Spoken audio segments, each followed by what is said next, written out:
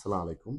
আপনি যদি আইএলটিএস করার কথা ভাবেন, তাহলে আপনার যে গ্রামারগুলা যারা অত্যন্ত জরুরি, সেগুলা নিয়ে আমি আজকে সর্বপ্রথম আপনাকে টেন্সের উপর একটা দক্ষতা অর্জন করতে হবে। আপনি যদি টেন্স না পারেন, তাহলে এটা সম্ভব না যে আপনি আইএলটিএস এ ভালো কিছু করতে পারবেন। সো সব টেন্সগুলা যে জানতে হবে এমনও না। আপনার যে কিছু পার্টিকুলার টেন্স আছে, এগুলো আমি পরবর্তীতে আলোচনা করব আপনাদের সাথে। সো অবশ্যই টেন্সগুলা যদি আপনার জানা থাকে, আপনি আইএলটিএস এ ভালো একটা কিছু করতে পারবেন।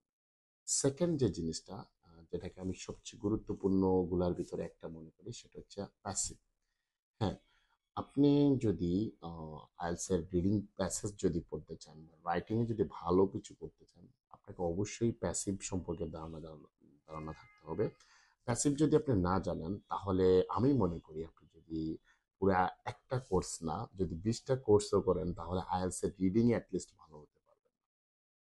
থার্ড যে জিনিসটা সেটাও খুবই গুরুত্বপূর্ণর ভিতরে একটা, সেটা হচ্ছে আপনাকে কম্পাউন্ড অ্যান্ড কমপ্লেক্স বাক্য সম্পর্কে ধারণা থাকতে হবে।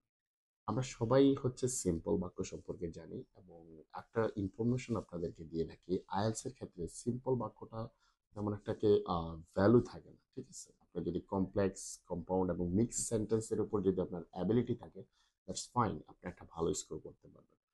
তারপরে যেটাকে আমি রাখবো সেটা হচ্ছে আপনার প্রিপোজিশন। প্রিপোজিশন এমন একটা জিনিস যেটা আপনার স্পেশালি রিডিং এবং লিসেনিং আপনাকে অনেক বেশি হেল্প করবে, এবং এগুলা দিয়ে আসলে অনেক আপনি বেনিফিটেড হবেন প্রিপোজিশন যদি আপনার জানা থাকে, এবং এগুলার ব্যবহার অবশ্যই জানতে হবে।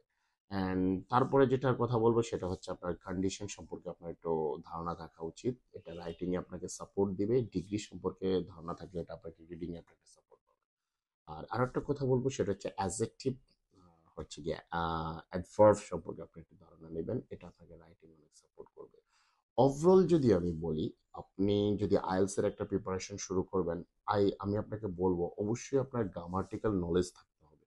দেখেন, গ্রামারের জ্ঞান ছাড়া আপনি কখনোই আইএলটিএস অ্যাটলিস্ট আইএলটিএস এ ভালো করতে পারবেন না।